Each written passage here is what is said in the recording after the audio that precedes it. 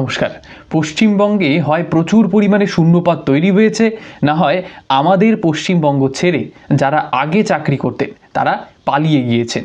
নইলে আমাদের মাননীয়া এই ধরনের বক্তব্য কেন রাখছেন? তিনি বলছেন যারা আমাদের পার্টির কাজ করে তাদের বলছে বাংলা ছেড়ে দাও। কারা বলছেন আপনারা সেটাও বুঝতে পারছেন, ইডির কথাই উল্লেখ করছেন উনি। ইডি কার্যত বর্তমানে দাঁড়িয়ে সেই ইঁদুরের গর্তে কিছুটা জল ঢেলে দিয়েছেন, কিছুটা কেরোসিন ঢেলে দিয়েছেন বা পেট্রোল ঢেলে দিয়েছেন, যার ফলবশত মোটা মোটা ইঁদুরগুলো কিন্তু বেরিয়ে আসছে। আপনারা এটাও জানেন যে আইপ্যাকের কর্ণধারের আজ কি পরিস্থিতি এবং কাদেরকে ইডি কিন্তু কার্যত ডেকে পাঠিয়েছেন, সবটা আপনাদের কিন্তু জানা রয়েছে। যেটা জানা নেই সেটা হলো আমাদের পশ্চিমবঙ্গের বর্তমানে মাননীয়ার সমীকরণ। মাননীয়া কার্যত হয়তো বুঝে ফেলেছেন এবার প্রলোভন ছাড়া আর কোনো তার কাছে উপায় নেই। কে কে তাদের প্রাণ হাতে করে এবং কার্যত নিজেদের কেরিয়ার হাতে করে, কেরিয়ারকে বাজি রেখে তারা তৃণমূলের হয়ে কাজ করবেন। কেনই বা করবেন? সামান্য টাকার কারণে। তাই মাননীয়া প্রলোভন দিচ্ছেন যে আমরা চাকরি দেব, পার্মানেন্ট চাকরি দিয়ে দেবো, আমাদের পার্টিতে যোগ করিয়ে মানে যোগদান দিয়ে আপনাদেরকে কাজ করতে হবে, কিন্তু আপনাদেরকে এই কাজ ছাড়লে হবে না, আমাদের পাশে আপনাদের থাকতেই হবে। এর পেছনে অনেকগুলো কারণ থাকতে পারে, তার মধ্যে সবচেয়ে যেটা প্রধান কারণ সেটা হলো এই রাজ্যে আমাদের মাননীয়া খুব একটা ডেভেলপমেন্ট করতে পারেননি, তাই তিনি ভোট কুশলী, তার কিন্তু প্রয়োজন হচ্ছে। এইটাই একটা প্রধান কারণ হবে। নইলে একটি রাজনৈতিক দল কার্যত ভোট কুশলী ছাড়া জিততে পারবেন না, এটা আগে ভাগেই তারা হার মেনে নিচ্ছেন। তাহলে বুঝতে পারছেন তারা অন্দর মহলে কতটা দুর্নীতি চালিয়েছেন। উনি কোটানকোট বলছেন আমরা ওদের চাকরি দেব, একটি ছেলেকেও চাকরি ছাড়া করব না। সকালে আমি অভিষেকের সঙ্গে কথা বলেই এসেছি। বুঝতে পারছেন এক্ষেত্রে আপনারা অনেকগুলো বিষয় কিন্তু আপনাদের কাছে স্পষ্ট হয়ে যাবে। উনি কার সাথে কথা বলে আসলেন? অভিষেক বাবুর সঙ্গে। সেটা আমরা না হয় পরে আসছি, কিন্তু ওনার বক্তব্য ছিল একটি ছেলেকেও চাকরি ছাড়া করব না। এই কথাটি যদি মাননীয়া অতীতে বলতেন তাহলে তার আজকে আর হয়তো আইপ্যাককে প্রয়োজনই পড়তো না। কারণ অতীতে দাঁড়িয়ে 26,000 চাকরি যে গেল, তারপরে আপনারা জানেন বিভিন্ন রকমের দুর্নীতি চালিয়েছে সমস্ত মন্ত্রী যারা রয়েছেন। মাননীয়ার তো আবার কোটি কোটি মন্ত্রী রয়েছে না, কোটি কোটি এই কারণেই বলছি, সেই দেবতার মতো। আপনারা জানেন কয় কোটি দেবতা রয়েছে, সেই হারেই সেই অনুপাতেই মাননীয়ার মন্ত্রীরা রয়েছেন। এবং এই মন্ত্রীরা কিন্তু খুব ভালো কাজ করেন বলে মনে হয় না। তারা কাজ করেন বটে, কিন্তু পার্টির জন্য করেন এবং নিজেদের স্বার্থে যখন তারা করেন তখন পার্থ চট্টোপাধ্যায়ের মতো তাদেরকে ব্যাক সাইডে যেতে হয়। এই ধরুন বালু, যাকে বালু বলা হয়, সেই বালুবাবুকে দিব্যি একটা টিকিট দিয়ে দেওয়া হলো। অনুব্রত বাবু চাইলে তাকেও দেওয়া হতো হয়তো, কিন্তু এই টিকিটগুলো কেন দেওয়া হলো এগুলো মাননীয়া জানতেন হয়তো, কিন্তু পার্থবাবুর বেলায় বোধহয় জানতেন না। সেটা না হয় অন্য বিষয়। যেটা আপনাদের বলছিলাম, আজ অভিষেক বন্দ্যোপাধ্যায়েরও একটা যে গুরুত্ব সেটা আপনারা বুঝতে পারছেন, তার দলের লোকেরাও হয়তো বুঝতে পারছে যে আগামী দিনে মাননীয়ার পরবর্তীতে যিনি সিটে বসছেন, সেই আসনে বসছেন, তিনি আর কেউ নন, সেই অভিষেক ব্যানার্জি। এখন তাহলে মাননীয়ার যে বয়সটাও হচ্ছে সেটাও প্রকাশ পেয়ে যাচ্ছে, কারণ উনি নিজে কোনো সিদ্ধান্ত নিতে পারছেন না। ওনার হাতে আর দলের চাবি নেই। এখন দলের চাবি হয়তো অভিষেক বন্দ্যোপাধ্যায়ের কাছেই চলে গিয়েছে। যদিও বিরোধীদের বারংবার একটা অভিযোগ উঠে থাকে যে অভিষেক বন্দ্যোপাধ্যায় কবে কোন প্রশাসনের সঙ্গে যুক্ত ছিলেন, উনি কি পুলিশ মন্ত্রী না উপমুখ্যমন্ত্রী, না আমাদের রাজ্যের কোনো মন্ত্রিত্ব তার কাছে রয়েছে, তার কাছে যে কনসাল্ট করতে হবে মাননীয়াকে। তিনি যদি সরকারে থাকতেন তবে এই প্রশ্নটাই বিরোধীরা কিন্তু করতেন। উনি নিজেই বলে থাকেন অভিষেকবাবু যে আমি তো কোনো মন্ত্রিত্ব চাইনি, আমি নিইনি, আমি শুধুমাত্র একটি সাংসদ পদে রয়েছি আর এটাই আমার প্রাপ্তি। আর আপনাদের জ্ঞাতার্থে বলে রাখি, এমনও একটা খবর কিন্তু বেরিয়ে এসেছে যে আগামী 20 দিন কর্মীদেরকে ছুটিতে পাঠিয়ে দেওয়ার নির্দেশও দেওয়া হয়েছে আইপ্যাকের তরফ থেকে। এবার এই খবর যদি সত্যি হয়ে থাকে তবে আমাদের বুঝে নিতে হবে আইপ্যাক কিন্তু আর কলকাঠি নাড়তে পারবে না। মানে তৃণমূল কংগ্রেসের ডান হাত হয়ে আর আইপ্যাক কাজ করতে পারবে না। তাই কি মাননীয়া এখন চাকরির টোপ দিচ্ছেন কার্যত, যে আপনারা আপনাদের কেরিয়ারকে জলাঞ্জলি দিয়ে আসুন, আমাদের সঙ্গে থাকুন। কারণ যারা রয়েছেন তাদের মধ্যে অধিকাংশই হয়তো বাঙালি, কারণ ল্যাঙ্গুয়েজ একটা ম্যাটার করে, আর এই ক্ষেত্রে সেই বহিরাগত তত্ত্বও আসে। আপনি একটা বাইরের রাজ্যের সংস্থাকে এই রাজ্যে এনে কাজ করাচ্ছেন, এক্ষেত্রে আর কি সেই বহিরাগত তত্ত্ব খাটে না? এই ধরুন 2019 সাল, সেই সময় নির্বাচন যখন চলছে, 42-42, চারিদিকে একটা হাওয়া বইছে, 42-42, ঠান্ডা ঠান্ডা কুল কুল, এবার জিতবে পাতিমূল। সেই পাতিমূলের অবস্থা কি হলো আপনারা জানেন? বিজেপি প্রায় 19টা সিট কিন্তু দখল করলো। বিজেপির কামব্যাক সেই সময় লক্ষ্য করা গেল।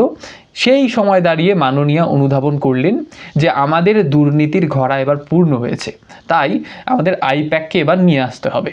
সেই ভোটকুশলী আইপ্যাক তখন কিন্তু সেখানে প্রশান্ত কিশোর দায়িত্বে ছিলেন, বর্তমানে যদিও তিনি নন। তো সেই প্রশান্ত কিশোরের নেতৃত্বে 2021 সালে তৃণমূল কংগ্রেস বিরাট একটা ফল করলেন। এবার আমাদের এটাও বুঝতে হবে যে আইপ্যাক কিন্তু শুধুমাত্র তাদের যে দলগত সিদ্ধান্ত তা নেন না, প্রশাসনিক ক্ষেত্রে পর্যন্ত এই আইপ্যাককে ব্যবহার করেন মাননীয়া।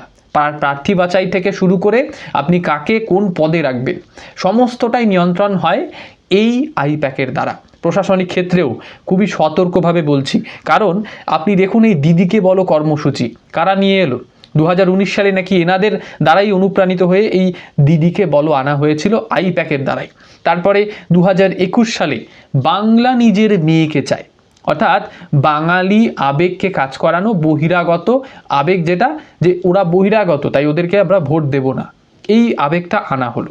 তারপরে 2024 সালে লক্ষ্মীর ভাণ্ডারকে আরও প্রগাঢ়ভাবে মানুষের কাছে পৌঁছে দেওয়া, প্রচার করা, এবং আজ আপনারা দেখতে পাচ্ছেন সেই লক্ষ্মীর ভাণ্ডার বন্ধ করে দেওয়ার যে হুমকি, সেটা বাড়ি বাড়ি গিয়ে তৃণমূল নেতারা দিচ্ছেন। আমাদের রাজ্যে কার্যত ভোট মানেই একটা মহাভারত।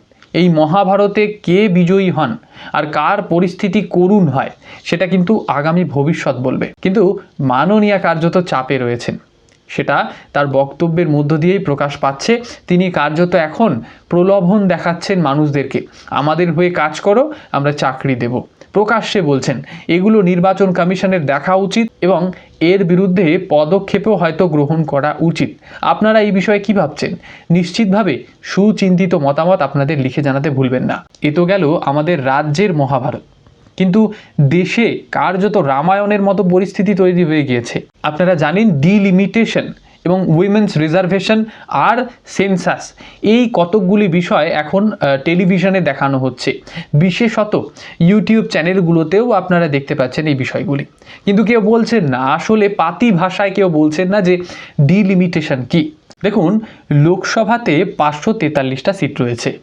এবার উদাহরণস্বরূপ আমরা কিছুটা 30 বা 35 বছর পিছিয়ে যাই। কলকাতার সেই যাদবপুর লোকসভা কেন্দ্র, সেখান থেকে মাননীয়া প্রার্থী হয়েছেন কংগ্রেসের দয়ায়।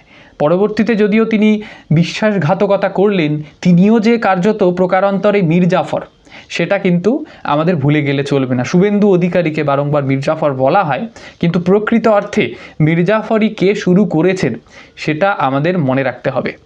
তো সেই সময় মাননীয়া যাদবপুর লোকসভা কেন্দ্র থেকে কনিষ্ঠতম এমপি কিন্তু হয়েছিলেন।